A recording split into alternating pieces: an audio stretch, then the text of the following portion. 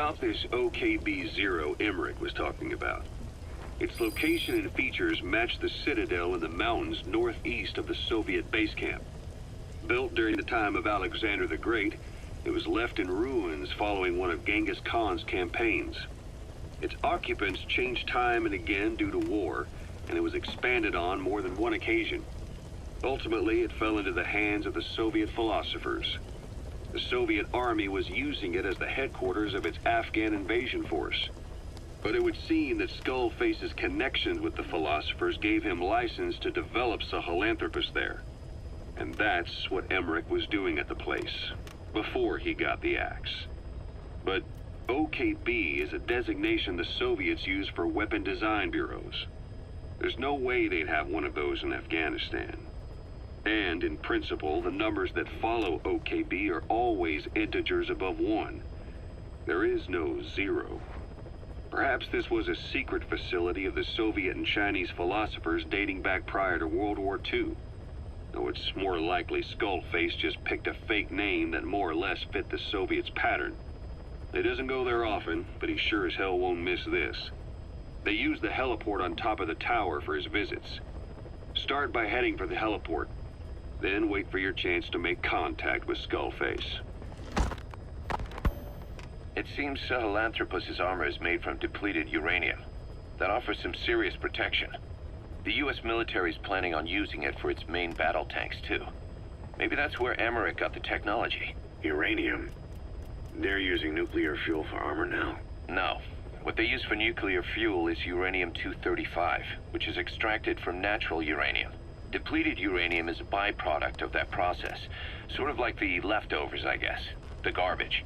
Uranium-235 makes up 0.72% of natural uranium, whereas depleted uranium contains only 0.2%. What are the benefits of using it for armor?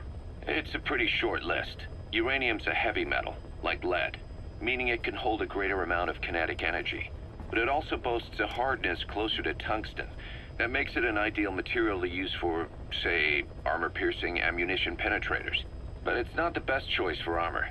Its volume is less than that of ceramics, but for an equal weight, you could end up with less protection. So why use it then? According to Emmerich, it came down to him being unable to source ceramics technology from a manufacturer.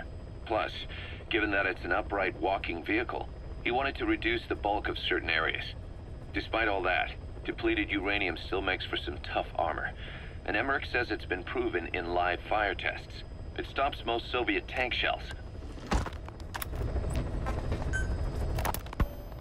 Emmerich didn't go with depleted uranium for Sahelanthropus' armor because of its strength. He had nukes in mind. Exactly. It's meant to use its body as the fuel component for a nuclear weapon. Sahelanthropus uses built-in uranium enrichment archaea to melt its own body and extract uranium-235 from the depleted uranium in its armor. Those archaea perform the enrichment in an extremely short time. The concentration jumps by a factor of several hundred, from 0.2% to over 90%. The end result being highly enriched weapons-grade uranium. Sahelanthropus' body itself becomes a nuclear bomb.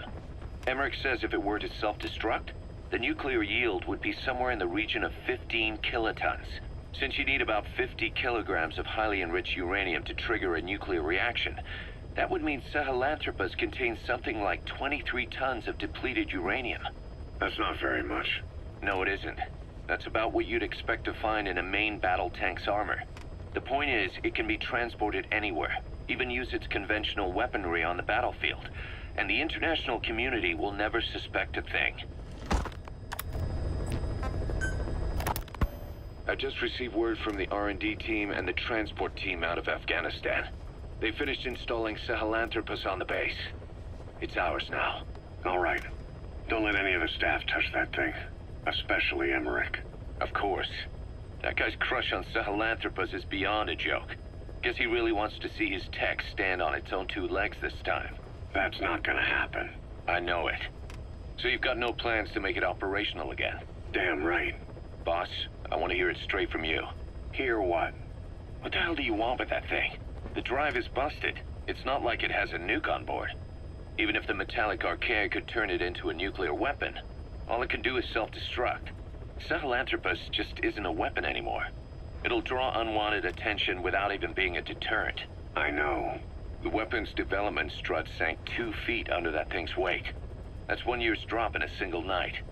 We've started on reinforcing the strut, but there's no guarantee it'll hold up if a storm hits. I know that too. Boss, why keep it? It's a mark. Us Diamond Dogs, we don't have a country to call home. That means we have no past, nothing to prove that we lived. Every one of us threw it all away when we came here.